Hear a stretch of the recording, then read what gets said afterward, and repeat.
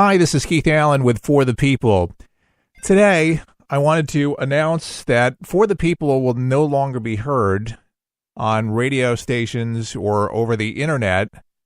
It might have a place on the internet where there would be rebroadcast of the program For the People that began over 40 years ago in Tampa, Florida, with a man named Chuck Harder, who passed away earlier this year in March due to financial reasons in a dwindling listenership. For the People financially just cannot continue on the air, and we apologize for that, but we leave you off with a return to the airways with Chuck Harder and myself back in August of 2015. And if you love Chuck and you've loved this broadcast, I think you'll certainly enjoy this concluding show. I do invite your emails at forthepeopleshow.com. You can email me directly. And again, this will be the conclusion of the For the People broadcast. We'll help you survive this thing called life. We're for the people. Whatever your source of stress or strife, for the people is there.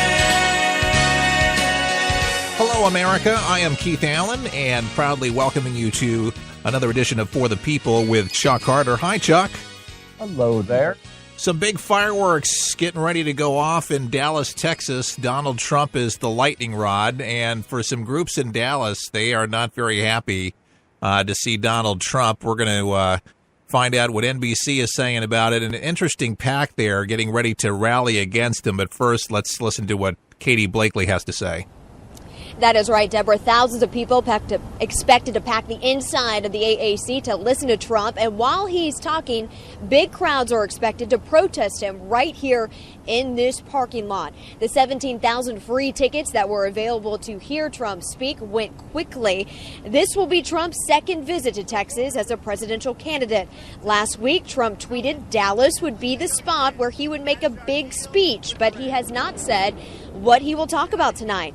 On Sunday, the presidential candidate did tweet out, "Wow, massive crowd in Dallas. Will be a fantastic evening." Outside the ACC tonight, though, protesters will be rallying against Trump's views on immigration. The local LULAC chapter has organized what they're calling a rally against hate.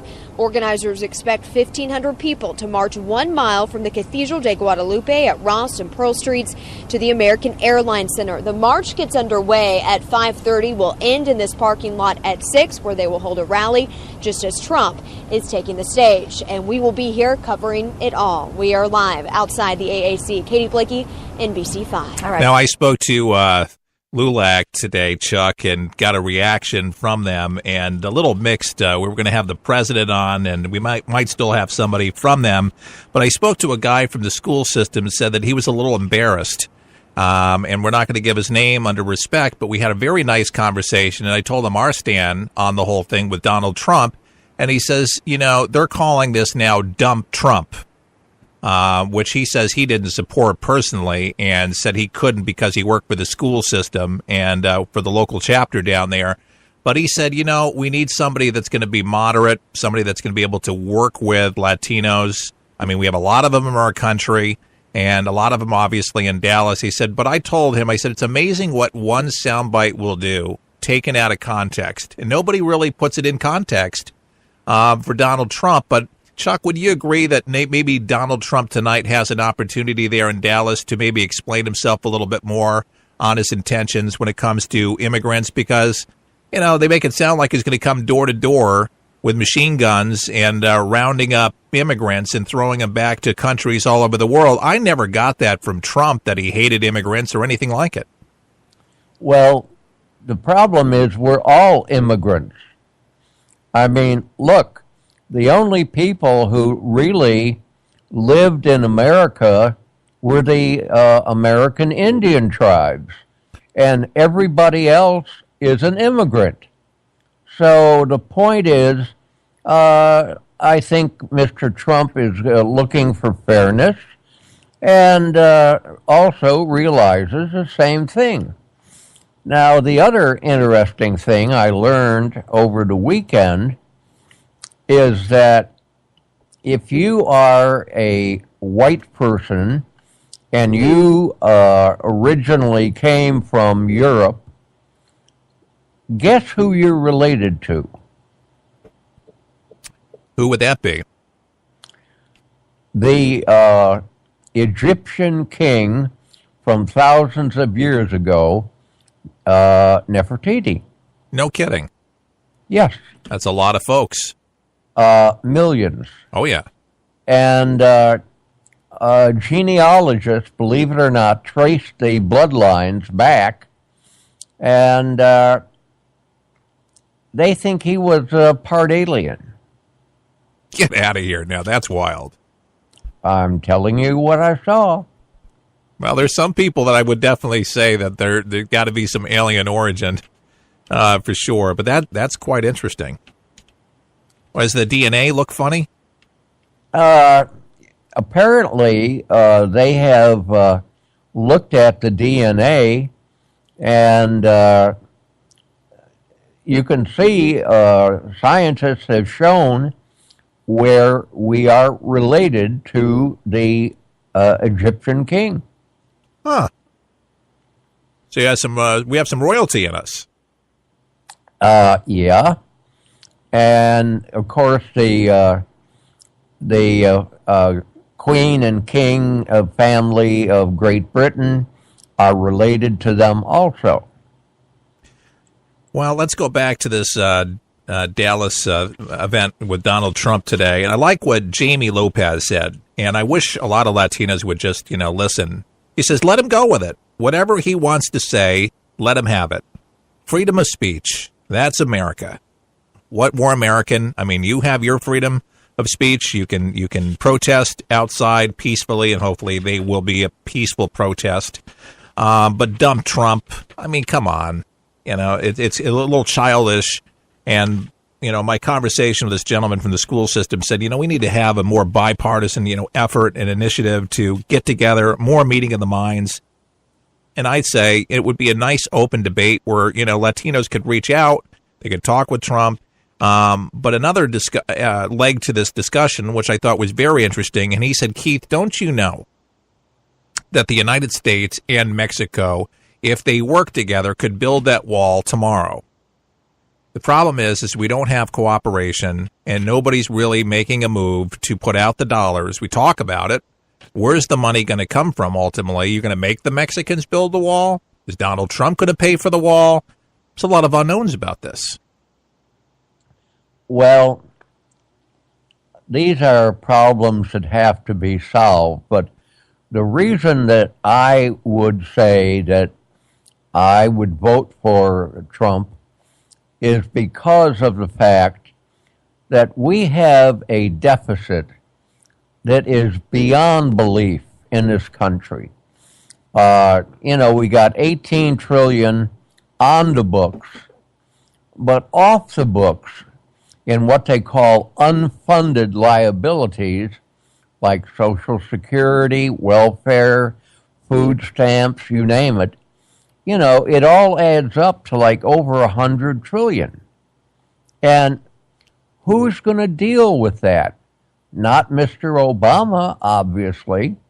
And if you don't get somebody in there who understands big money and big business, then Social Security checks, welfare, food stamps, you name it, will stop. There has to be an accountability, in all government sectors.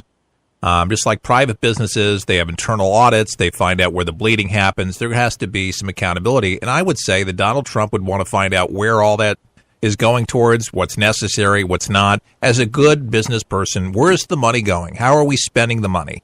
Why are we spending the money?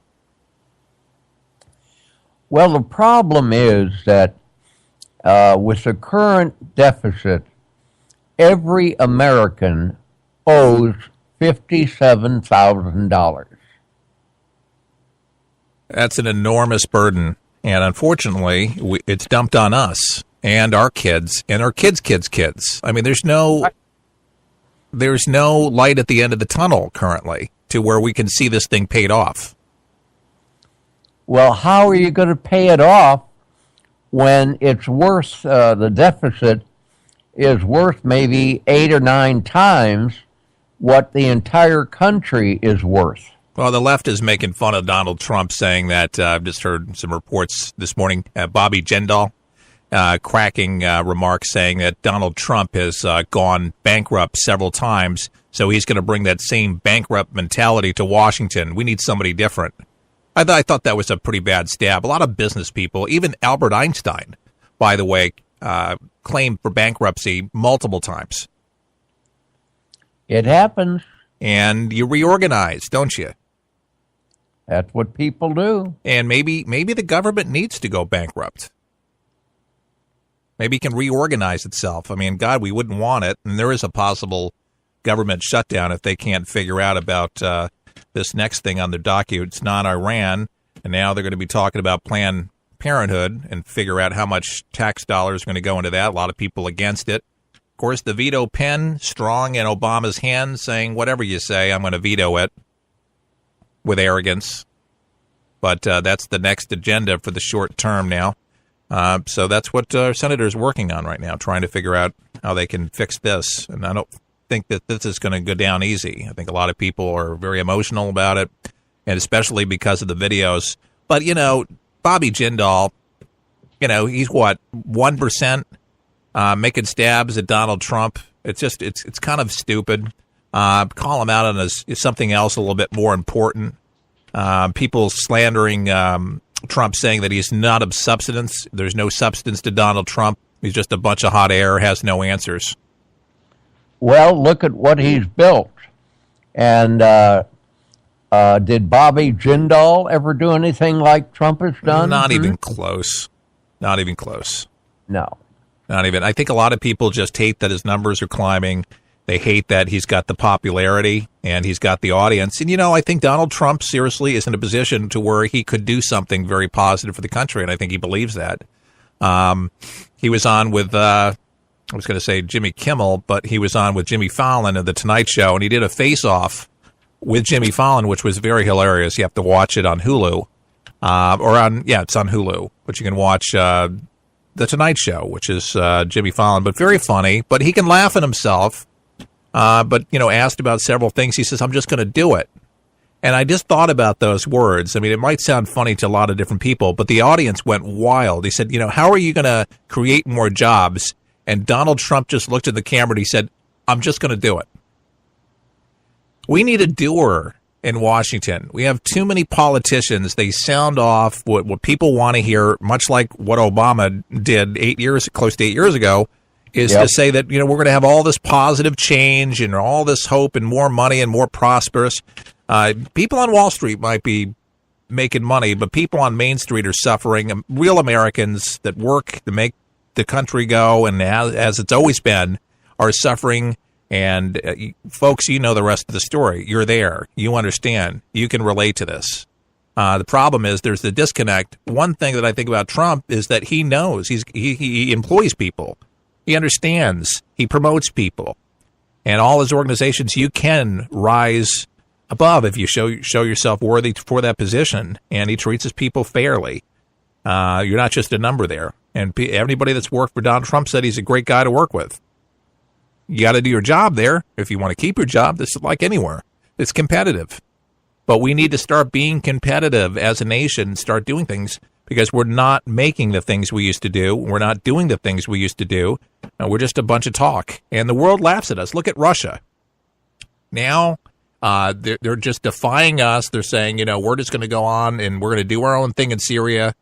We're going to back that government. We don't care what you say. And it's the largest buildup since the old USSR. That much artillery, that much equipment going in. And they put their nose at us, Chuck. They don't fear us. There used to be a time where our enemies feared us, Chuck.